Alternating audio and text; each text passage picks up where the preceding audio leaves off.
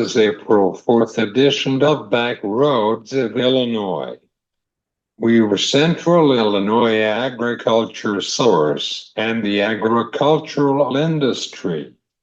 I have Nick Salzer from the University of Illinois in Urbana and Champaign that on tomorrow's show. Meanwhile, the farmers is ready for spring in this planting season. I think that the farmers is getting ready to planting season, but the acreage report from the Department of Agricultural. Illinois has a great soil than in Nebraska and Dakotas, Iowa. Don't get it wrong with the people who are in Iowa, but corn and beans is the king in Illinois. However, we just have to put the seeds in the ground in the Midwest. This time for the agricultural news. U.S. Reps Nikki Budz of Illinois. She visited with the farmers in Monticello, Illinois. She talks about the Farm Bill and the Department of Agriculture in Monticello. She said that she is supported by the E15 for year-round. In Texas, they are working with dairy producers in the Panhandle with the bird flu in Texas. The Commissioner of Agriculture in Texas said Miller say we don't worry about it gets to be in dairy products and milk, but we worries about it gets to other cattle herd. I visited Jared White from Brownfield Ag Network.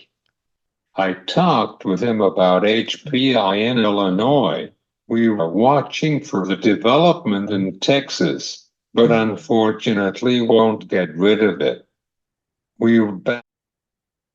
Well, I think we can get it accomplished because I'm going to be fighting for it because that supports family farmers. Our farmers in Central and Southern Illinois utilize these conservation dollars. We know that 3 out of 4 of these types of applications for conservation today are turned away by the USDA for lack of funding. With funding, which the Inflation Reduction Act put a historic investment of $19.5 billion in climate smart agriculture. We know that our farmers will take advantage of it, and we know that they'll take advantage of it by those deadlines that you mentioned.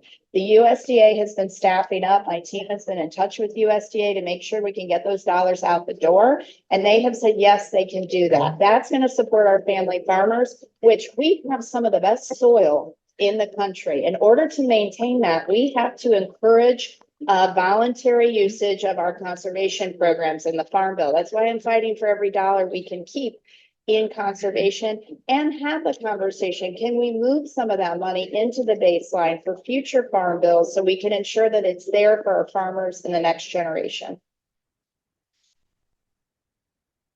U.S. Reps Nikki Budz visited the farmers in Monticello, Illinois.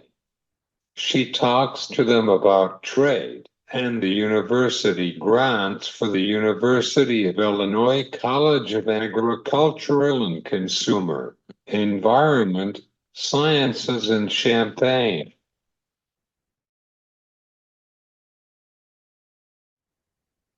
Yeah, we've been top cheerleader on this initiative in Washington. I brought the economic development administrator who oversees these grants to my district so she could see firsthand all that we have to offer in Central and Southern Illinois, trying to put our best foot forward, being a good partner. Like you mentioned, as some of our private industry partners, ADM Primient, the University of Illinois, Parkland Community College, great economic development associations in Decatur and Champaign. This is an all-team effort. Our governor has been very involved in this. We're all pulling together to create what could be, if realized in bioprocessing and fermentation in Central Illinois, $200 billion industry. A lot of economic development, a lot of good jobs, a lot of growth. And that's what we want to see. That's what I'm fighting for. And I'm going to continue to be that top cheerleader to making sure we get those awarded to us in early summer.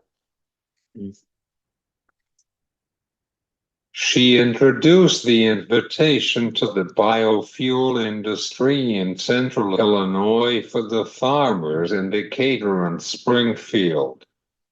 She introduced the grant in the House of Representatives in Washington, D.C.